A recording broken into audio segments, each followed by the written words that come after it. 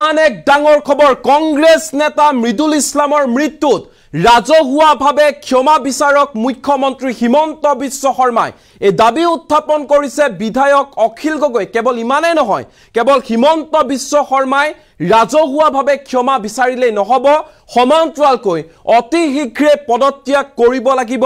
আৰক্ষী সঞ্চালক প্ৰধান জিপি সিঙে এই দাবী উত্থাপন কৰিছে অখিল গগৈয়ে তদুপৰি মৃদুল ইছলামৰ পৰিয়ালক 1 কোটি টকাৰ ক্ষতিপূৰণ দিয়াৰ দাবী উত্থাপন কৰিছে অখিল গগৈয়ে এই মুহূৰ্তত লৈ আহিছে ডাঙৰ খবৰ মৃদুল ইছলামৰ মৃত্যুত ৰাজহুৱাভাৱে ক্ষমা খুজক মুখ্যমন্ত্ৰী হিমন্ত বিশ্ব শৰ্মাই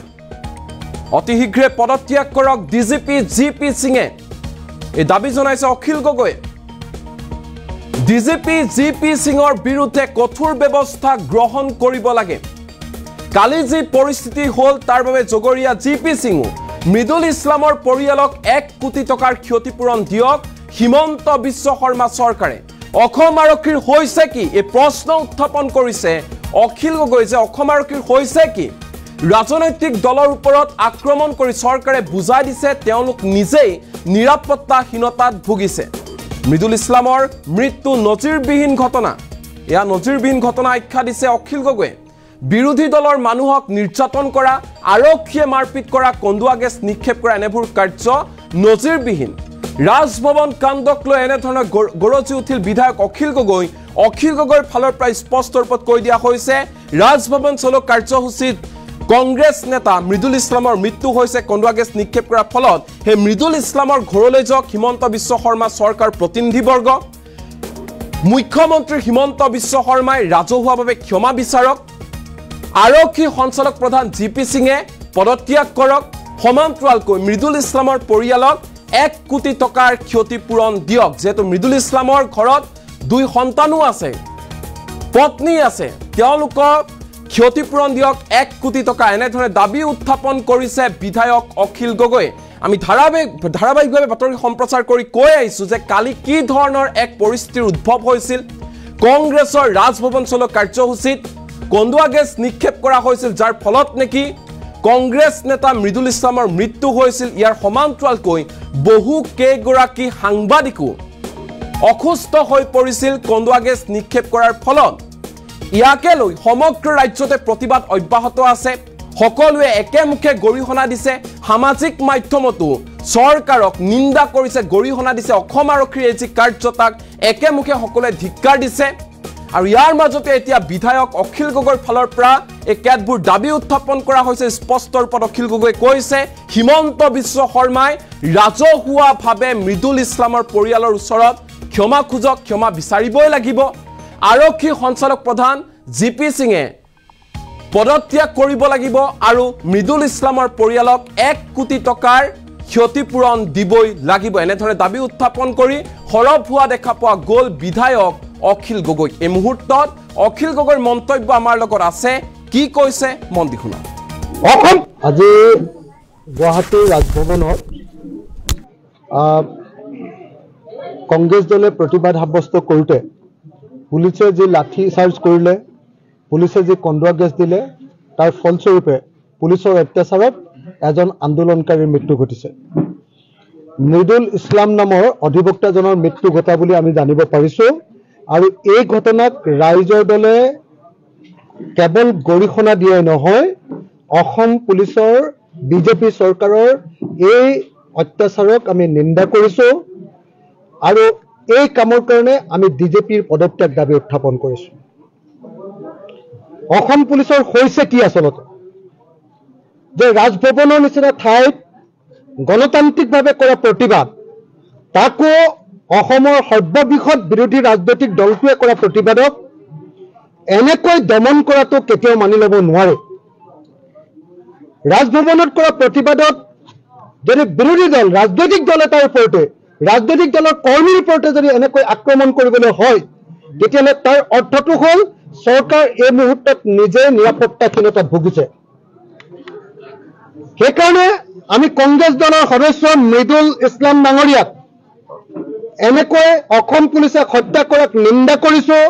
গৰিহণা দিছো আৰু অসমৰ ডিজিপি জিপি সিঙৰ পদত্যাগ আমি দাবী উত্থাপন কৰিছো লগতে আমি দাবী উত্থাপন কৰিছো যে এই ঘটনাৰ কাৰণে অসমৰ মুখ্যমন্ত্ৰীয়ে ৰাজহুৱাকৈ ক্ষমা খুজিব লাগে, অসমৰ মুখ্যমন্ত্ৰীয়ে দুখ প্ৰকাশ কৰিব লাগে, অসমৰ মুখ্যমন্ত্ৰীয়ে মৃতকৰ পৰিয়ালৰ ঘৰ ভ্ৰমণ কৰিব লাগে আৰু অসমৰ মুখ্যমন্ত্ৰীয়ে মৃতকৰ পৰিয়ালৰ ঘৰলৈ গৈ মৃতকৰ পৰিয়াল ঘৰক অন্তত পক্ষে 1 কোটি টকাৰ ক্ষতিপূৰণ ঘোষণা কৰিব লাগে। অসম পুলিচৰ এই নিৰ্যাতন নজিৰবিহীন। আজিলৈকে কেতিয়াও আমি শুনা নাছিলো যে কোনোবা বিৰোধী দলৰ এজন মানুহক কোনোবা আটাইতকৈ সৰ্ববৃহৎ বিৰোধী ৰাজনৈতিক দলটোৱে কৰা প্ৰতিবাদৰ ওপৰত এনেকৈ অসম পুলিচে নিৰ্যাতন চলায়, এনেকৈ অসম পুলিচে মাৰপিট কৰে, এনেকৈ অসম পুলিচে লাঠিচাৰ্জ কৰে, এনেকৈ অসম পুলিচে কন্দুৱা গেছ দিয়ে আৰু এনেকৈ অত্যাচাৰ কৰি মানুহক হত্যা কৰে। এনেকুৱা ঘটনাক নজিৰবিহীন। আমি এই ঘটনাক মই আকৌ কৈছো, কেৱল নিন্দা কৰে নহয়, ইয়াক এটা অত্যন্ত গৰিহণাযোগ্য কাম হিচাপে আমি ঘোষণা কৰিছো আৰু ডিজিপিৰ পদত্যাগ দাবী কৰিছো। ডিজিপিক ওপৰত শাস্তিমূলক ব্যৱস্থা গ্ৰহণৰ দাবী উত্থাপন কৰিছো আৰু অসমৰ মুখ্যমন্ত্ৰীক ক্ষমা খুজিবৰ কাৰণে, ৰাজহুৱাকৈ ক্ষমা খুজিবৰ কাৰণে আৰু মৃতকৰ পৰিয়ালৰ ঘৰলৈ গৈ 1 কোটি টকা ক্ষতিপূৰণ সহকাৰে ৰাইজৰ সন্মুখত আঁঠুলৈ সেৱা কৰিবৰ কাৰণে মই অসমৰ মুখ্যমন্ত্ৰীক আহ্বান জনাইছো। আজি গুৱাহাটীৰ ৰাজভৱনত কংগ্ৰেছ দলে প্ৰতিবাদ সাব্যস্ত কৰোঁতে পুলিচে যি লাঠি চাৰ্জ কৰিলে, পুলিচে যি কন্দুৱা গেছ দিলে, তাৰ ফলস্বৰূপে পুলিচৰ অত্যাচাৰত এজন আন্দোলনকাৰীৰ মৃত্যু ঘটিছে। মৃদুল ইছলাম নামৰ অধিবক্তাজনৰ মৃত্যু ঘটা বুলি আমি জানিব পাৰিছো আৰু এই ঘটনাক ৰাইজৰ দলে কেৱল গৰিহণা দিয়াই নহয়, অসম পুলিচৰ বিজেপি চৰকাৰৰ এই অত্যাচাৰক আমি নিন্দা কৰিছো আৰু এই কামৰ কাৰণে আমি ডিজিপিৰ পদত্যাগ দাবী উত্থাপন কৰিছো। অসম পুলিচৰ হৈছে কি আচলতে যে ৰাজভৱনৰ নিচিনা ঠাইত গণতান্ত্ৰিকভাৱে কৰা প্ৰতিবাদ, তাকো অসমৰ সৰ্ববৃহৎ বিৰোধী ৰাজনৈতিক দলটোৱে কৰা প্ৰতিবাদক এনেকৈ দমন কৰাটো কেতিয়াও মানি ল'ব নোৱাৰে। ৰাজভৱনত কৰা প্ৰতিবাদত যদি বিৰোধী দল, ৰাজনৈতিক দল এটাৰ ওপৰতে, ৰাজনৈতিক দলৰ কৰ্মীৰ ওপৰতে যদি এনেকৈ আক্ৰমণ কৰিবলৈ হয়, তেতিয়াহ'লে তাৰ অৰ্থটো হ'ল চৰকাৰ এই মুহূৰ্তত নিজে নিৰাপত্তাহীনতাত ভুগিছে। সেইকাৰণে আমি কংগ্ৰেছ দলৰ সদস্য মৃদুল ইছলাম ডাঙৰীয়াক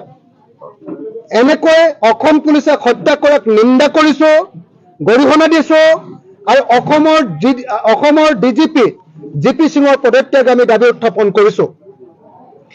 লগতে আমি দাবী উত্থাপন কৰিছো যে এই ঘটনাৰ কাৰণে অসমৰ মুখ্যমন্ত্ৰীয়ে ৰাজহুৱাকৈ ক্ষমা খুজিব লাগে,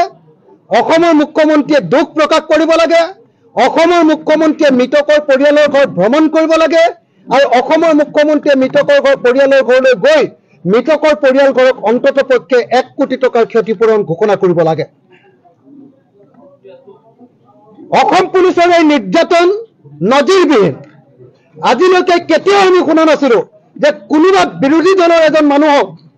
কোনোবা আটাইতকৈ সৰ্ববৃহৎ বিৰোধী ৰাজনৈতিক দলটোৱে কৰা প্ৰতিবাদৰ ওপৰত এনেকৈ অসম পুলিচে নিৰ্যাতন চলায়, এনেকৈ অসম পুলিচে মাৰপিট কৰে, এনেকৈ অসম পুলিচে লাঠিচাৰ্জ কৰে, এনেকৈ অসম পুলিচে